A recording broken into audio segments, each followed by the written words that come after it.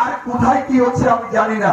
বিশেষ করে এই পানিসা বানিয়াকান্দি কালুখালী আমি স্বাচ্ছন্দ্যের ভিতর থাকতে চাই না। আমি আপনাদের মাঝে থাকতে চাই, আপনাদের মাঝে থেকে কাজ করতে চাই। আমি যে কোনো অপকর্মের বিরুদ্ধে আমার সর্বশ্রেষ্ঠটুকু দিয়ে আমি যুদ্ধ করব। এবং আমি আপনাদেরকে এখানে ঘোষণা করছি, আমি আর নেক্সট 5 বছর পর আল্লাহ যদি আমাকে সুস্থ রাখে, আমার শরীর ভালো থাকে, যদি আল্লাহ তাআলা এই গণতান্ত্রিক যাত্রা অব্যাহত রাখে, আমি এখানে আর নির্বাচন করতে আসবো না।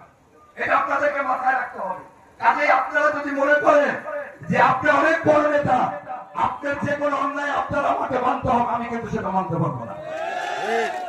আমি অন্যায়ের বিরুদ্ধে যুদ্ধ ঘোষণা করেছি, আমি অন্যায়ের বিরুদ্ধে লড়ে যাব, সে আপনি যেই হন না কেন। আমি তো ভোট করতে আসবো না, আমি তো আপনার কাছে ঠেকা না। আমাদের বিভিন্ন নেতৃবৃন্দ, আমাদের সিনিয়র নেতৃবৃন্দ, আমাদের যারা মুরব্বী এই দলে, এই কথাটুকু আমি এই কারণে বলছি যে দেখুন, এটা জেলা প্রশাসনের প্রোগ্রাম। আমরা সব সময় কিন্তু আমাদের দলীয় আবরণের ভিতর যেভাবে হয় সেইভাবে কিন্তু আমরা অনেক সময় এটা করতে পারি না। এটা জেলা প্রশাসন এটা আয়োজন করেছে, ত্রুটি বিচ্যুতি না আমি বলবো না, এটা তো হুকুম আমাদের মতো ডেলিভারি তারা দিতে পারবে না। আমরা এই কাজগুলা থেকে বিরত থাকবো।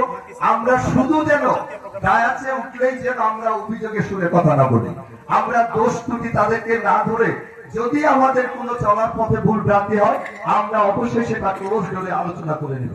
কারণ আপনাদেরকে বুঝতে হবে যে আমাদের প্রিয় প্রধানমন্ত্রী উনি কিন্তু একই কথা বারবার বলছেন, উনি কিন্তু সারা দেশের মানুষের ভোট নিয়ে কিন্তু বিএনপি রাষ্ট্র ক্ষমতায় এসেছে। আমাদেরকে কেউ ভোট দিয়েছে আর কেউ ভোট দেয়নি, এটা উনি বিশ্বাস করতে চান না। ওনার কথা হলো এদেশের প্রতিটা মানুষ যদি আমাদেরকে ভোট না দিত তাহলে এইভাবে নিরঙ্কুশ বিজয় কিন্তু আমাদের হতো না। কাজেই আমরা আমাদের সকল শ্রেণী পেশা, ধর্ম বর্ণ নির্বিশেষে সকলকে নিয়ে আমাদেরকে কাজ করতে হবে। এবং আমাদের প্রিয় নেতা জনাব তারেক রহমান সাহেব কিন্তু প্রথম থেকে বলছেন যে মাদক জুয়া, সন্ত্রাসী, মাস্তানি, গুন্ডামি এইগুলা চলবে না, এগুলো বন্ধ করতে হবে, চিরতরে বন্ধ করতে হবে। এবং এটা বন্ধ করতে হলে কিন্তু আমার আপনার প্রশাসনের সবার সহযোগিতা নিয়ে কিন্তু হবে। কাজেই আমরা কেউ যেন আমরা এরকম চিন্তা ভাবনা না করি যে দল যখন রাষ্ট্র ক্ষমতায় ছিল না, দল আমাদেরকে দিয়ে অনেক কিছু করিয়েছে, কিন্তু এখন আমরা দল ক্ষমতায় এসেছে, আমরা যা ইচ্ছা তাই করবো, তা কিন্তু হবে না। একটা নিয়ম নীতির ভিতরে চলতে হবে আমাদের সবাইকে। কারণ আমাদের প্রিয় নেতা একটা মানবিক বাংলাদেশ গড়তে চায়। আমরা সেই বাংলাদেশ দেখতে চাই যে বাংলাদেশ একটা সবার জন্য বাসযোগ্য হবে, এখানে সকল ধর্ম বর্ণ নির্বিশেষে সবাই বসবাস করতে পারে। আমাদের প্রত্যেকেরই একটা নিজস্ব পলিটিক্যাল আইডিওলজি থাকতেই পারে, এক একটা দলের মতাদর্শে আমরা বিশ্বাস করতে পারি, কিন্তু আমরা কারোর বাধা হয়ে দাঁড়াবো না।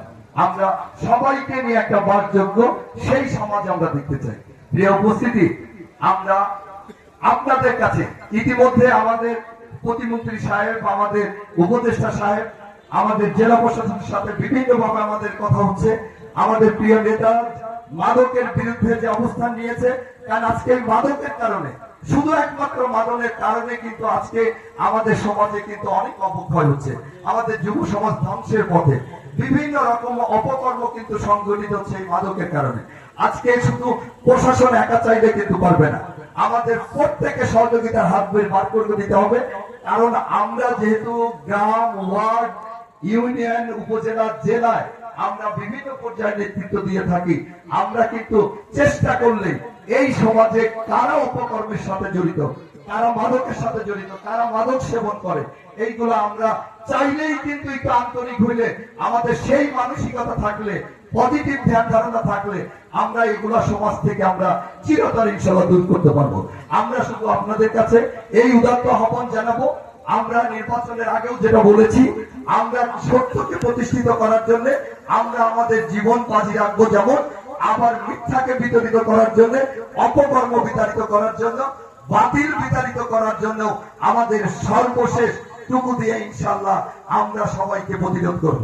আর একটা কথা আপনাদেরকে বলি, আমাদের নেতৃবৃন্দ, আমাদের মুরব্বীরা অনেক সময় বলে থাকে যে তারা কষ্ট করছে, আমরা সুখ স্বাচ্ছন্দ্যে আছি। আর কোথায় কি হচ্ছে আমি জানি না। বিশেষ করে এই পানিসা বানিয়াকান্দি কালুখালী আমি সুখ স্বাচ্ছন্দ্যের ভিতর থাকতে চাই না। আমি আপনাদের মাঝে থাকতে চাই, আপনাদের মাঝে থেকে কাজ করতে চাই। আমি যে কোনো অপকর্মের বিরুদ্ধে আমার সর্বশ্রেষ্ঠটুকু দিয়ে আমি যুদ্ধ করব। এবং আমি আপনাদেরকে এখানে ঘোষণা করছি, আমি আর নেক্সট 5 বছর পর আল্লাহ যদি আমাকে সুস্থ রাখে, আমার শরীর ভালো থাকে, যদি আল্লাহ তাআলা এই গণতান্ত্রিক যাত্রা অব্যাহত রাখে, আমি এখানে আর নির্বাচন করতে আসবো না। এটা আপনাদেরকে মাথায় রাখতে হবে। কাজেই আপনারা যদি মনে করেন যে আপনি অনেক বড় নেতা, আপনার যে কোনো অন্যায় আপনার আমাকে মানতে হবে, আমি কিন্তু সেটা মানতে পারবো না। আমি অন্যায়ের বিরুদ্ধে যুদ্ধ ঘোষণা করেছি, আমি অন্যায়ের বিরুদ্ধে লড়ে যাব, সে আপনি যেই হন না কেন। আমি তো ভোট করতে আসবো না, আমি তো আপনার কাছে ঠেকা না, এটা আপনাকে মাথায় নিতে হবে।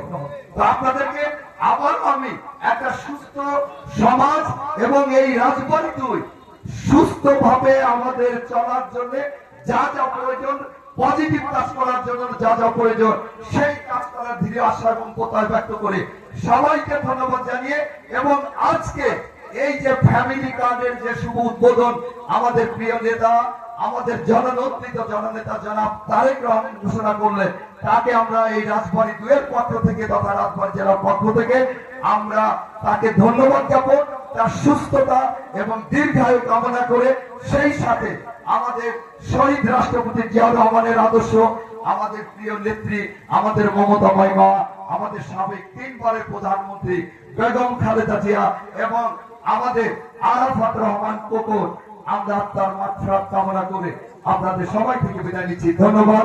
আল্লাহ হাফেজ। বাংলাদেশ জিন্দাবাদ।